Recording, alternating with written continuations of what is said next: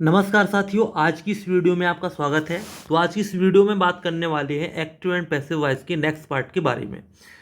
तो इस वीडियो में जो भी क्वेश्चंस होंगे उनको आप ध्यान से देखेंगे। तो आगे यहाँ पर हम देखते हैं कि इसमें हम कौन सा टॉपिक सेलेक्ट करने वाले हैं, objective uses of interrogative word.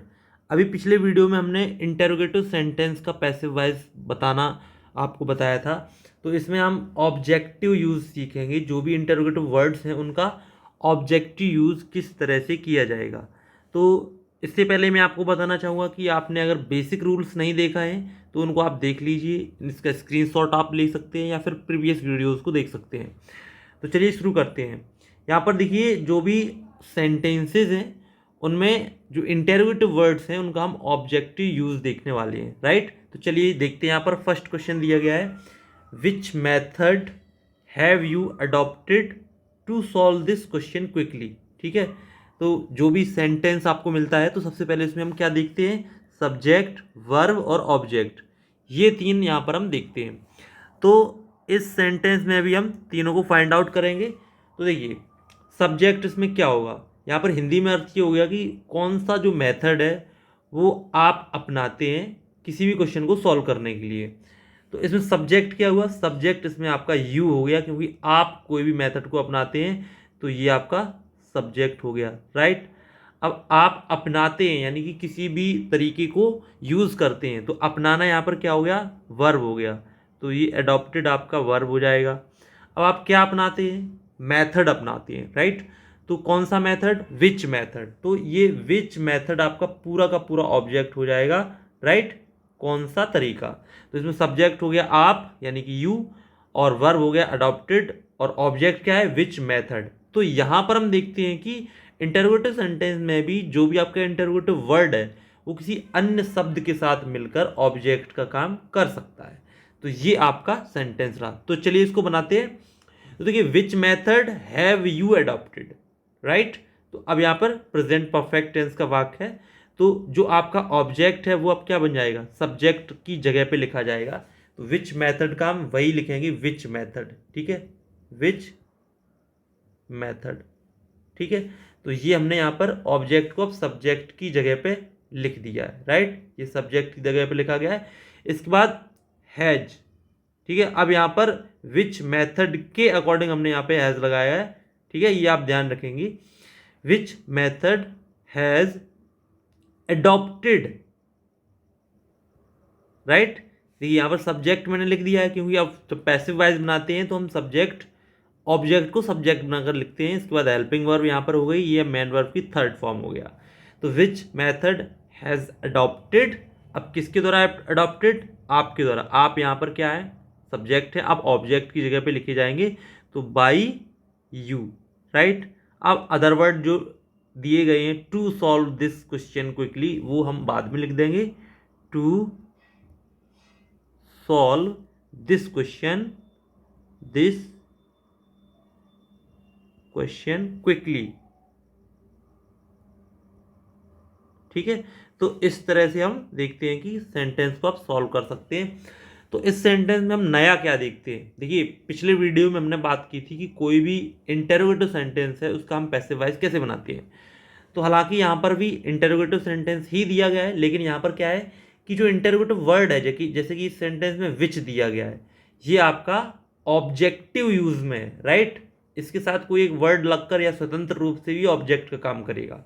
एक और सेंटेंस यहाँ पर हम देखते हैं, whose book have you borrowed, ठीक है, यानी कि आपने किसकी किताब को उधार लिया है, राइट। तो आप इसमें सब्जेक्ट हो गए और आपने क्या किया है, उधार लिया है, ठीक है, उधार मांग चुके हैं, तो आपका ये वर्ब हो गया। इसके साथ क्या आपने उधार लिया है, किताब, हुज बुक मतलब किसकी किताब, तो ये आपका ऑब्जेक्ट हो जाएगा।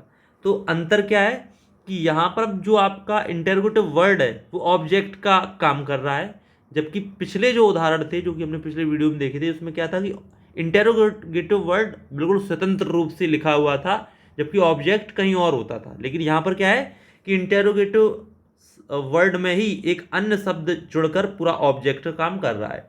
तो चलिए इसका हम पैसिव बनाते हैं। तो ऑब्जेक्ट को अब सब्जेक्ट की जगह पे लिखेंगे, तो एज इट इज वैसा ही लिख देंगे, हुज बुक ठीक है। अब हुज बुक आपका सिंगुलर सब्जेक्ट है तो इसके अकॉर्डिंग हम हैज लगाएंगे, राइट। इसके बाद क्या हो जाएगा, हुज बुक हैज।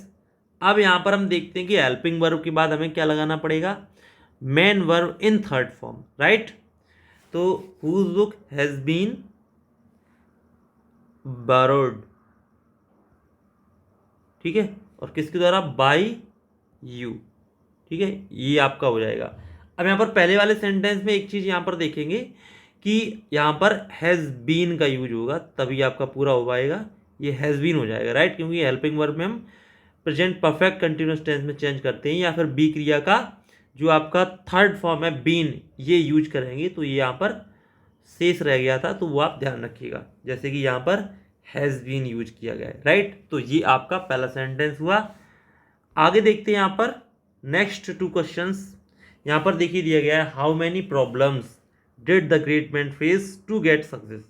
अब यहाँ पर हम देखते हैं कि कितनी समस्याओं का सामना एक ग्रेट मैन जो होता है वो सक्सेस पाने के लिए करता है। तो यहाँ पर द ग्रेट मैन आपका सब्जेक्ट हो जाएगा, राइट।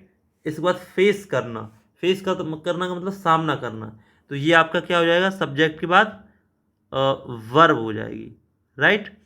अब क्या फेस करता है, कितनी समस्याएं, तो हाउ मैनी के साथ प्रॉब्लम वर्ड ये पूरा मिलकर आपका क्या हो जाएगा, ऑब्जेक्ट हो जाएगा, ठीक है। टू गेट सक्सेस आपका अदर वर्ड हो जाएगा। अब यहाँ पर हम देखते हैं कि इस सेंटेंस में हम ऑब्जेक्ट को सब्जेक्ट के स्थान पे लिखेंगे तो वैसा ही लिखा जाएगा, ये अब आपका सब्जेक्ट की जगह पे लिखा जा रहा है हाउ मैनी प्रॉब्लम्स,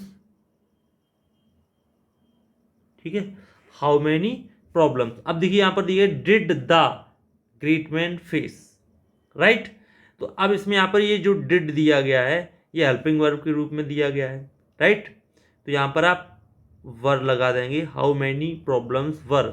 अब फेस का थर्ड फॉर्म फेस्ड, अब किसके द्वारा फेस की गई है problem, by the great man, by the great man, right. अब ये आपका सब्जेक्ट लिख गया, ये वर्ब हो गई और ये आपका ऑब्जेक्ट जो कि हमने यहाँ पर सब्जेक्ट का ऑब्जेक्ट बनाया है, राइट। अब बाद में अदर वर्ड जोड़ देंगे, टू गेट सक्सेस, ठीक है। तो ये आपका सेंटेंस हो गया।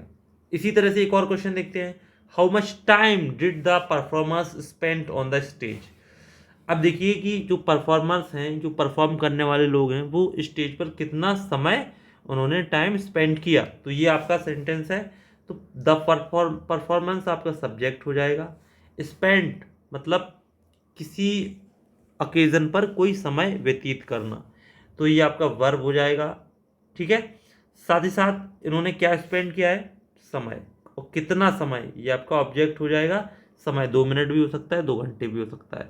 ऑन द स्टेज इसमें अदर वर्ड हो जाएगा। तो इसको चलिए चेंज करते हैं। तो हाउ मच टाइम जो ऑब्जेक्ट यहाँ पर दिया गया है, अब ये सब्जेक्ट की जगह पर लिखा जाएगा, तो ऐसे ही लिखा जाएगा हाउ मच टाइम, राइट। अब did the performers spend, right. तो यहाँ पर स्पेंड यूज किया जाएगा क्योंकि डिड का यूज किया गया है, तो इसके अकॉर्डिंग हम क्या कर सकते हैं, हेल्पिंग वर्ब जो आपकी होगी, मेन वर्ब जो होगी वो फर्स्ट फॉर्म में होगी। तो हाउ मच टाइम, इसके बाद हेल्पिंग वर्ब लगाएंगे वॉज, ठीक है, स्पेंट। अब यहाँ पे थर्ड फॉर्म लगेगा, main verb in third form. तो how much time was spent, और किसके द्वारा spent, by the performers, by the performers on the stage, on the stage, ठीक है। तो ये आपका क्वेश्चन हो गया। तो अभी हमने क्या देखी, हमने ऐसे एग्जाम्पल्स देखे हैं जो कि एक तरह से इंटेरोगेटिव होते हुए भी इंटेरोगेटिव का ऑब्जेक्टिव यूज किया गया है, क्योंकि जो इंटेरोगेटिव वर्ड्स हैं वो ऑब्जेक्ट का काम कर रहे हैं। तो ये एक नई वैरायटी है, यानी कि एक नया तरीका है। तो कुछ 2 एग्जाम्पल और देख लेते हैं। यहाँ पर फर्स्ट सेंटेंस है व्हाट डज ही डू, वो क्या करता है। तो ही यहाँ पर सब्जेक्ट हो जाएगा, डू मीन्स करता है, ये वर्ब हो जाएगी, और जो भी काम करता है वो व्हाट करता है। व्हाट मतलब क्या करता है, वह नौकरी करता है, जॉब करता है, बिजनेस करता है, तो वो व्हाट के अंतर्गत शामिल किया गया है, तो ये आपका ऑब्जेक्ट हो जाएगा। तो इस सेंटेंस में हम क्या देखते हैं, हम ये देखते हैं कि सेंटेंस में जो आपका इंटरोगेटिव वर्ड है वही आपका ऑब्जेक्ट का काम कर रहा है। बस यही इस वीडियो का पर्पज है आपको बताने का कि इंटरोगेटिव वर्ड भी ऑब्जेक्ट का काम करेंगे तो उसका हम किस तरह से बनाएंगे। तो अब ऑब्जेक्ट को हम सब्जेक्ट की जगह पे लिखते हैं, तो ये एज इट इज़ वैसे ही लिखा जाएगा व्हाट, राइट। अब ये देखिए प्रेजेंट इंडेफिनिट का सेंटेंस है, ठीक है, तो व्हाट इज। अब ये आपका सब्जेक्ट लिख गया, हेल्पिंग वर्ब भी हो गई, मेन वर्ब, डू का थर्ड फॉर्म डन हो जाएगा, व्हाट इज डन। अब इसके बाद बाई ही का अब हम क्या लिखेंगे, यहाँ पे हिम लिख देंगे और इस तरह से आपका पैसिव वॉइस बन जाएगा। एक और एग्जाम्पल दिया गया, what policy has government adopted to misguide people, यानी कि मिसगाइड पीपल के लिए जो गवर्नमेंट है वो कौन सी पॉलिसी अपनाएगी। तो गवर्नमेंट इसमें यानी कि जो सरकार है वो आपका सब्जेक्ट है, और जो भी पॉलिसी को अपनाया जाएगा तो अपनाना वर्ब हो जाएगा, और जो पॉलिसी अपनाई जाएगी, ठीक है, ये आपका ऑब्जेक्ट हो जाएगी। तो चलिए इसको बनाते हैं। व्हाट पॉलिसी अब सब्जेक्ट के रूप में लिखी जाएगी, तो व्हाट पॉलिसी, ठीक है। अब ये हैज एडॉप्टेड, ये आपका प्रेजेंट परफेक्ट का वाक्य है, तो what policy has been adopted, has been helping verb और adopted main verb in third form, adopted और किसके द्वारा adopted, by government, by government, और अदर वर्ड अब लिख देंगे to misguide people, misguide people, right. तो आज की वीडियो में हमने बात की कुछ ऐसे इंटरोगेटिव सेंटेंस की, राइट, ऐसे इंटरोगेटिव सेंटेंस जो कि इंटरोगेटिव वर्ड्स के रूप में क्या थी, ऑब्जेक्ट, ऑब्जेक्ट थी, ठीक है, इंटरोगेटिव वर्ड भी थी और ऑब्जेक्ट थी। तो ऐसे सेंटेंसेस को आज हमने कवर किया। मिलते हैं आगे की वीडियो में जिसमें हम कुछ और भी वैरायटी ऑफ सेंटेंसेस की डिस्कशन करेंगे। तब तक के लिए नमस्कार।